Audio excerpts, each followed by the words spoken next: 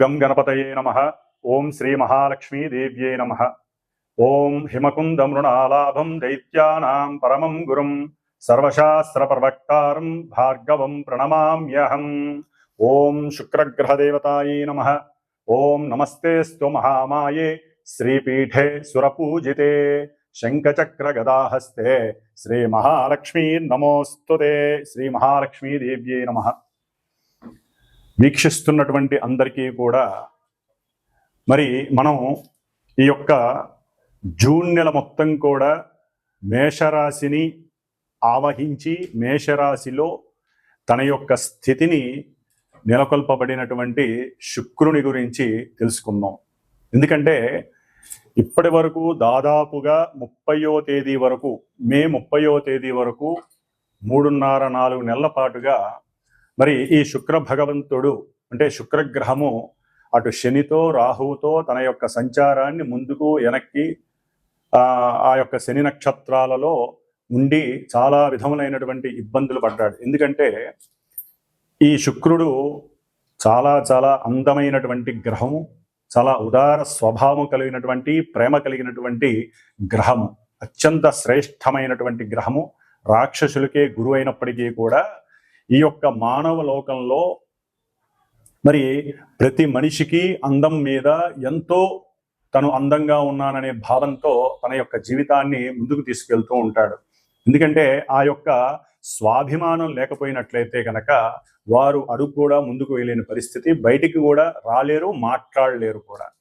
కాబట్టి ఈ యొక్క శుక్రుడు దాదాపుగా ఈ మే 31వ తేదీ నుండి కూడా 29వ తేదీ జూన్ నెల వరకు కూడా దాదాపుగా 29-30 రోజుల వరకు కూడా ఈ మేషరాశిలో అటు అశ్విని నక్షత్రంలోను అట్లాగే భరణి నక్షత్రం తన యొక్క సొంత నక్షత్రంలోను కృత్తికా నక్షత్రంలోను తన యొక్క చారని సలుపుతూ ఉంటాడు. దాదాపుగా ఈ యొక్క శుక్రుడు మే 31వ తేదీ నుండి జూన్ 12వ తేదీ వరకు కూడా అశ్విని నక్షత్రంలో ఉంటాడు. ఈ అశ్విని నక్షత్రంలో ఉండటం ద్వారా శుక్రుడు మేషరాశి తన యొక్క శత్రు యొక్క రాశి, ఆ శత్రు రాశిలో ఉండి సరైనటువంటి ఆలోచనలు కానీ సరైనటువంటి ఫీలింగ్స్ కానీ వాక్కుని కానీ అంటే జారవిడ్చేస్తారు. వాక్కుని అంటే స్త్రీల యందు కొంత అనాగరికంగా ప్రవర్తించేటటువంటి మనస్తత్వం కూడా కలిగే అవకాశాలు ఉన్నాయి. ఎందుకంటే కేతు యొక్క నక్షత్రంలో ఉన్నప్పుడు. కాబట్టి 12వ తేదీ వరకు కొంచెం జాగ్రత్తగా ఉండడం మంచిది. తదుపరి జూన్ 13వ తేదీ నుండి జూన్ 25వ తేదీ వరకు కూడా సొంత నక్షత్రంలో భరణి నక్షత్రంలో ఉండటం చాలా విశేషమైనటువంటిది. అందరికీ కూడా విశేషం అనే చెప్పుకోవాలి. ఎందుకంటే ఏ గ్రహమైనా సరే సొంత నక్షత్రంలో ఉన్నప్పుడు మంచి బలాన్ని కలిగి ఉంటుంది. మరి ఈయన ధనాన్ని ఇచ్చేటటువంటి వాడు, మంచి వాక్కుని, సౌందర్యాన్ని, అందాన్ని, కళలని ఇట్లా ఇచ్చేటటువంటి వాడు. ముఖ్యంగా సినిమా పరిశ్రమకి సంబంధించిన లలిత కళలకి సంబంధించినటువంటి గానము, రాగము, అట్లాగే భరతనాట్యము, ఇంకా వివిధ కావ్య రచనలు చేసేటటువంటి వారు, డైరెక్టర్లు, ప్రొడ్యూసర్స్కి, ముఖ్యంగా ప్రొడ్యూసర్స్కి, సినిమా యాక్టింగ్ చేసేటటువంటి హీరోలందరికీ, హీరోయిన్లకి కూడా విశేషమైనటువంటి సౌఖ్యం ఈ యొక్క సొంత నక్షత్రంలో ఉన్నప్పుడు కలిగే అవకాశాలు ఉన్నాయి. ఆ తదుపరి జూన్ 26వ తేదీ నుండి జూన్ 29వ తేదీ వరకు కూడా మేషరాశిలో కృత్తికా నక్షత్రం రవి యొక్క నక్షత్రంలో ఉండటం ద్వారా వీరికి కొంత గవర్నమెంట్ నుంచి ఈ సినిమా వాళ్ళకి కానీ లేకపోతే లలిత కళల వాళ్ళకి కానీ కొంత అనుకూలమైనటువంటి పరిస్థితులు, చక్కటి కీర్తి గడించటము, గవర్నమెంట్ సంస్థల నుంచి కానీ లేకపోతే ప్రభుత్వం నుంచి కానీ ఉన్నతమైనటువంటి గౌరవ పురస్కారాలు లభించే అవకాశం ఉంటుంది. కాబట్టి శుక్రుడు ఈ యొక్క మానవ ప్రపంచంలో శుక్రగ్రహం నుంచి స్త్రీలు ఉద్భవించారని, అట్లాగే కుజగ్రహం నుంచి పురుషులు ఉద్భవించారని నానుడి. కాబట్టి అందానికి ప్రతీక శుక్రుడు. కాబట్టి ఆ అందాన్ని మానసికంగా చంద్రుడి యొక్క స్థితిగతులను పెంచి స్థితిగతుల నుంచి ఆనందించటం, లేకపోతే ఆ యొక్క ఆనందాన్ని ఉద్రేకపూర్వకంగా చేసుకోవటం అనేటటువంటిది మానసిక చర్యను బట్టి ఆధారపడి ఉంటుంది. ఎందుకంటే మేషరాశి శుక్రుడికి అంత యోగ్యకరమైన రాశి కాదు. కానీ ఆయన నక్షత్రాల్లో మారినప్పుడల్లా ఎన్నో రకాలైనటువంటి గతులు ఏర్పడే అవకాశాలు ఉంటాయి. కాబట్టి మరి ఈ శుక్రుడు ఎన్నో రకాలైనటువంటి రోగాలను కూడా కలుగజేసే అవకాశం ఉంటుంది. ముఖ్యంగా మూత్రపిండాలు కానీ లేకపోతే కిడ్నీస్కి సంబంధించినటువంటి వ్యాధులు, అట్లాగే ఈయన మేషరాశి శిరోభాగంలో ఉన్నాడు కాబట్టి శిరస్సుకు సంబంధించినటువంటి వ్యాధులు. ఈయన జలగ్రహం, మేషరాశి ఏమో అగ్నితత్వపు రాశి. మరి అగ్నితత్వపు రాశిలో జలగ్రహమైనటువంటి శుభపరమైనటువంటి ఈ శుక్రుడు ఉండటం అనేటటువంటిది ఒక రకంగా చెప్పాలంటే కొన్ని రాశుల వారికి ఇబ్బందికరమైనటువంటి పరిస్థితుల్ని కలుగజేస్తుంది. ఎందుకంటే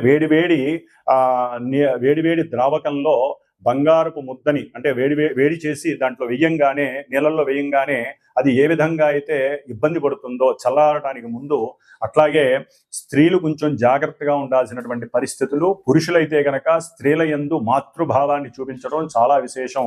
లేకపోతే ఈ శుక్రుడు మేషరాశిలో ఉన్నంత ఈ జూన్ మాసం మొత్తం కూడా ఎన్నో రకాలైనటువంటి ఇబ్బందులు కలగడానికి అవకాశం ఉంటుంది.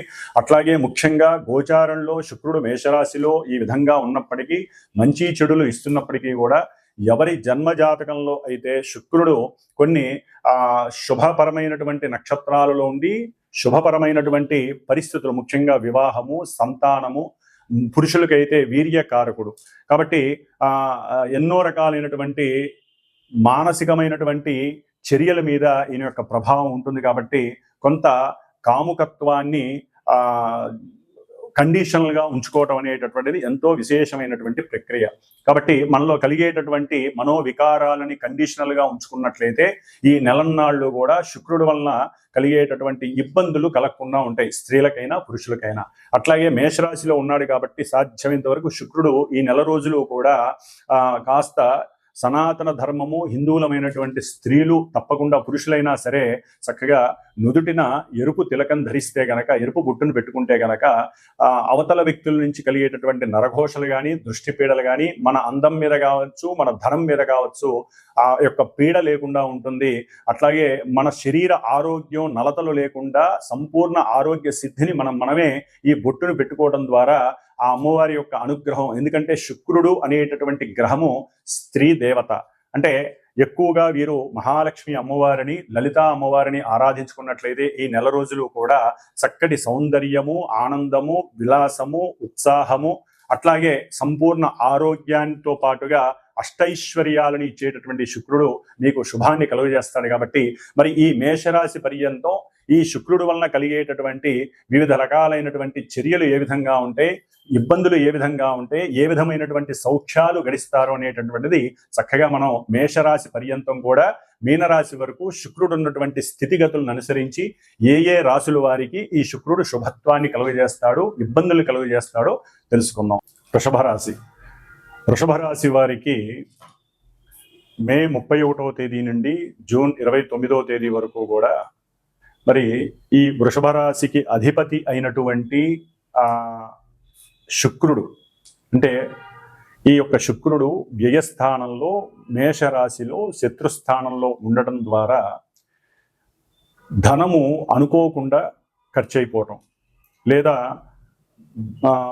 దంపతులు లేదా భార్యాబిడ్డలతో ఎక్కడికైనా సరే అనుకోకుండా వాహనంతో ప్రయాణానికని బయలుదేరి అనుకున్న సమయానికి వారు ఎవరినో అప్పడుగుతారు, కాస్త 10 రూపాయలు కావాలి అని వారు ఇస్తామంటారు. ఉన్నట్టుండి వారు ఫోన్ చేసి ఇవ్వనటువంటి పరిస్థితి. దాని ద్వారా ఈ శుక్రుడు 12లో ఉండటం ద్వారా వారు ఏం చేయలేక మానసికంగా కొంత క్షోభని అనుభవించే పరిస్థితి కలుగుతుంది. కుటుంబంలో కొంత పరాభవంగా ఫీల్ అయ్యి ఆత్మన్యూనత భావాన్ని పొందే అవకాశం ఉంటుంది. అట్లాగే మరి ఈ వృషభ రాశిలో ఉన్నటువంటి కృత్తికా నక్షత్రం, అట్లాగే కృత్తిక రోహిణి నక్షత్రం, మృగశిర నక్షత్రం, 3 నక్షత్రాల యొక్క ఫలితాలు ఈ యొక్క శుక్రగ్రహం అనేది ఇవ్వడానికి అవకాశం ఉంటుంది.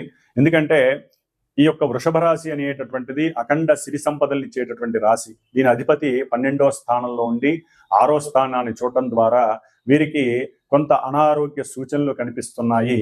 ఆ కారణం వలన హాస్పిటల్స్కి వెళ్ళి కాస్త ధనాన్ని ఖర్చు పెట్టేటటువంటి పరిస్థితి కూడా కలుగుతుంది. అది నాకు తెలిసి శిరోబాధలు కావచ్చు, లేకపోతే అతిమూత్ర వ్యాధికి సంబంధించి కావచ్చు, మూత్రపిండాలు కిడ్నీలకు సంబంధించినటువంటి వ్యాధులకు కావచ్చు, దానికి సంబంధించినటువంటి వ్యవహారార్థమై ధనం విపరీతంగా ఖర్చు అయ్యేటటువంటి పరిస్థితి కలుగుతుంది. అట్లాగే ధనాన్ని జాగ్రత్తగా కాపాడుకోండి.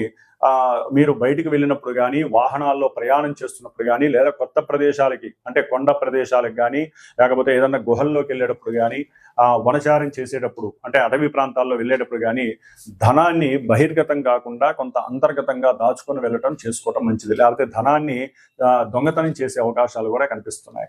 అట్లాగే శస్త్రబాధలు, శస్త్రచికిత్సలు, వాహనాలకి సంబంధించినటువంటి కొన్ని ఇబ్బందికరమైనటువంటి సంఘటనలు, లేకపోతే వాహనానికి సంబంధించినటువంటి ఇబ్బందులు కలిగే అవకాశం ఉంటుంది వృషభ రాశి వారికి. అట్లాగే చదువుకునేటటువంటి విద్యార్థులు జాగ్రత్తగా ఉండటం మంచిది. లేకపోతే వారి యొక్క ఆలోచన శక్తి డైవర్ట్ అయిపోయి వీరు చదువుకోవాల్సినటువంటి చదువును కూడా పొందలేనటువంటి పరిస్థితి. అట్లాగే తల్లిగారి యొక్క సహకారం అందుతుంది ధనపరంగా అనుకుంటారు, అది కూడా అందనటువంటి పరిస్థితి. దాని ద్వారా వీరు మానసికంగా ఎక్కువగా ఇబ్బంది పడే పరిస్థితి కలుగుతోంది. అట్లాగే ఎవరైతే వ్యవసాయ పరంగా వృత్తి ధర్మాన్ని అనుసరిస్తూ ఉంటారో దానికి సంబంధించినటువంటి ఏదైతే పంట ఉంటుందో ఆ పంట సమయానికి రాక సమయానికి పడేటటువంటి వర్షభావన కాస్త ముందుగా పడేసరికి దాని ద్వారా కూడా పంట నష్టం కలిగి ఆర్థికంగా ధన నష్టం కలిగే అవకాశం ఉంటుంది.